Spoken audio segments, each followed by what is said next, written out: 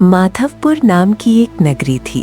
उसी नगरी के राजा चंद्रभान बहुत ही दयालु और अपनी प्रजा का बहुत ही ध्यान रखते थे, पर उनके पास खुद के लिए समय ही नहीं था। वो दिन रात अपनी प्रजा की भलाई के बारे में सोचते रहते थे। एक रात जब राजा सोने की कोशिश कर रहे थे, तब उन्हें नींद ही नहीं आ रही थी। आज मुझे नींद क्यों नहीं आ रही है? बहुत कोशिश करने के बाद भी राजा को नींद नहीं आई। ऐसे ही सुबह हो गई। राजा के सेनापति राजा से कहते हैं, राजन, आपका चेहरा कुछ अलग दिखाई दे रहा है। पूछ सकता हूँ क्या बात है? हाँ सेनापति, कल रात मुझे नींद नहीं आई, शायद इसी वजह से। महाराज, मेरे पास कुछ जड़ी बूटियाँ है, वह आप लेकर देखिए, शायद आपको नींद आ जाए। ठीक है सेनापति, आप हमें वह जड़ी बूटी लाकर दे दीजिए। सेनापति अपने घर में लगी हुई जड़ी बूटियों को लाकर राजा को देता है। राजा जड़ी बूटी खाकर सोने की कोशिश करते हैं। आज तो मैंने जड़ी बूटी भी खा ली, पर फिर भी मुझे नींद नहीं आ रही है। ऐसे ही सुबह हो जाती है। राजा को आज भी नींद नहीं आई। महाराज, क्या आपको नींद आई? नहीं सेनापति, जड़ी बूटी लेने के बाद भी मुझे नींद नहीं आई। महाराज, मैं राजवैद्य के पास जाकर उनके पास से कोई जड़ी बूटी लेकर आता हूँ। ठीक है सेनापति, शायद राजवैद्य की जड़ी बूटियों से मुझे नींद आ जाए। सेनापति राजवैद्य के पास जाते हैं और राजवैद्य को सारी बात बताते हैं। ठीक है सेनापति जी, महाराज के लिए मैं कुछ जड़ी बूटियां लेकर आपके साथ चलता हूँ। सेनापति के साथ राजवैद्य राजा के पास आ जाते हैं। महाराज, मुझे सेनापति जी ने आपके बारे में बताया। मैंने आपके लिए एक विशेष तरह की जड़ी बूटी लाई है, जिसे खाकर आपको बहुत अच्छी नींद आ जाएगी। राजवैद्य राजा को जड़ी बूटी दे देते हैं। रात होने पर राजा वैद्य की दी हुई जड़ी बूटी खाकर सोने की कोशिश करते हैं। जड़ी बूटी खाए काफी समय हो गया, पर मुझे अभी भी नींद नहीं आ रही है। ऐसे ही सुबह हो जाती है। सेनापति, राजवैद्य की जड़ी बूटियों का भी कोई असर नहीं हुआ। महाराज, मैं पड़ोस के राज्य में जाकर वहाँ के राजवैद्य से जड़ी बूटी लेकर आता हूँ। ठीक है सेनापति, हो सकता है उनके पास की जड़ी बूटियों से मुझे नींद आ जाए। सेनापति पड़ोस के राज्य में जाता है और वहाँ के राजवैद्य को सारी बात बताता है। ठीक है सेनापति जी, मेरे पास कुछ विशेष जड़ी बूटियाँ हैं, आप उन्हें महाराज को दे सकते हैं। सेनापति पड़ोस के राज्य से जड़ी बूटियां लेकर राजा के पास आ जाते हैं और राजा को जड़ी बूटियां दे देते हैं। राजा जड़ी बूटियां खाकर सोने की कोशिश करते हैं। जड़ी बूटी खाए हुए बहुत समय हो गया, पर फिर भी मुझे नींद नहीं आ रही है। ऐसे ही सुबह हो जाती है।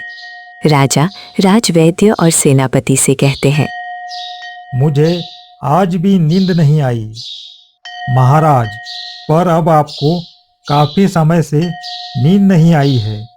यह बात सामान्य नहीं है।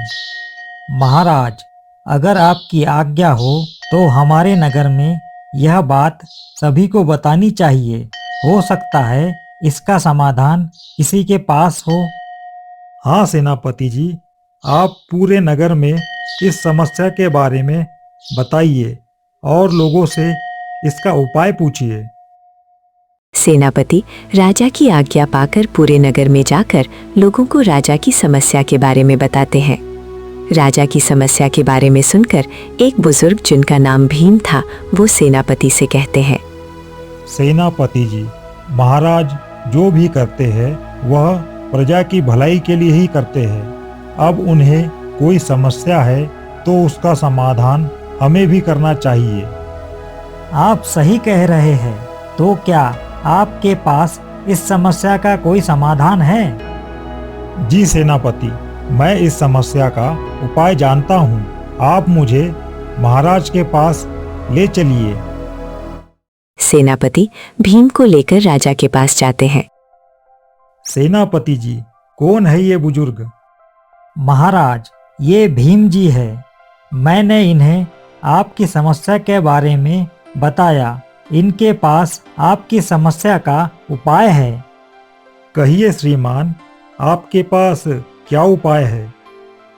महाराज, यहाँ से कुछ दूर एक घना जंगल है। वहाँ पर सुबह के समय कुछ गाय आती है। वह गाय कुछ समय के लिए ही उस जंगल में रहती है। आप उन्हें सुबह उस जंगल में जाकर उनके लिए कुछ हरा चारा अपने साथ लेकर जाइए और उन्हें खिलाइए।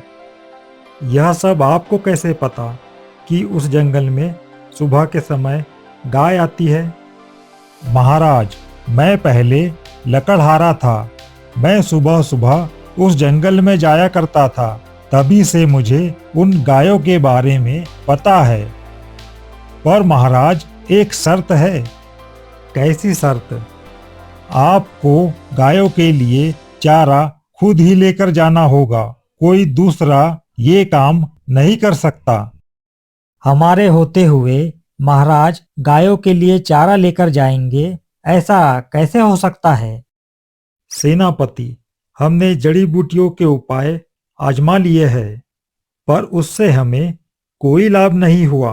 अब हमें ये उपाय भी करके देखना चाहिए।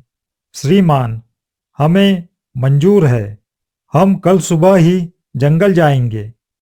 सुबह राजा और सेनापति चारा लेकर निकल जाते हैं।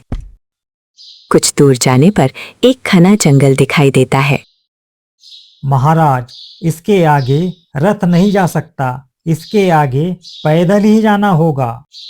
ठीक है सेनापति जी, इसके आगे मैं चारा पैदल ही लेकर जाऊंगा। राजा चारा लेकर जंगल में आगे बढ़ जाता है। कुछ आगे जाने पर राजा को गाय दिखाई देती है। राजा सारा चारा गायों को दे देते हैं। महाराज, यहाँ कितना अच्छा महसूस हो रहा है। हाँ सेनापति जी, मुझे ऐसा एहसास पहले कभी नहीं हुआ। राजा और सेनापति कुछ समय वहां रुककर वापस आ जाते हैं। रात होने पर राजा सो जाते हैं। आज राजा को अच्छी नींद आती है। अगले दिन राजा और सेनापति फिर से उसी जंगल में जाते हैं। अब रात में राजा को अच्छी नींद आने लगी। समय ऐसे ही बीतता रहा। सेनापति जी, अब मुझे अच्छी नींद आ रही है। हमें उस बुजुर्ग से मिलना है। उन्हें बुलाकर लाइए। सेनापति भीम को नगर से बुलाकर राजा के पास लाते हैं। कहिए महाराज, आपने मुझे कैसे याद किया? आपने मेरी समस्या का समाधान कर दिया। अब मुझे अच्छी नींद आ रही है। पर जो काम जड़ी बूटियां नहीं कर पाई, वह आपके एक साधारण उपाय ने कैसे कर दिया? महाराज, आपके मन में हमेशा प्रजा का ही ख्याल चलता रहता था। आप अपने लिए समय ही नहीं निकाल पा रहे थे और इसी कारण आप प्रकृति से दूर हो गए थे।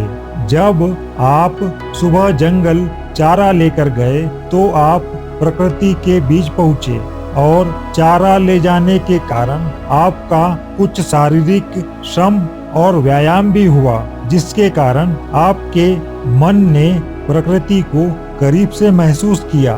जब आप वापस आते तो आप बहुत हल्का महसूस करते, जिसके कारण आपको अच्छी नींद आने लगी। आपने मुझे जानबूझकर जंगल में भेजा ताकि मेरी सुबह सुबह शारीरिक मेहनत भी हो सके। हाँ महाराज, नींद आने का असली राज उपाय में नहीं बल्कि आपकी सुबह की सैर और मेहनत रूपी व्यायाम में था। राजा भीम की बुद्धिमानी से बहुत प्रसन्न होते हैं और उसे बहुत सारा धन देते हैं। अगर आपको हमारी वीडियो अच्छी लगी तो वीडियो को लाइक कीजिए और चैनल को सब्सक्राइब कीजिए। धन्यवाद।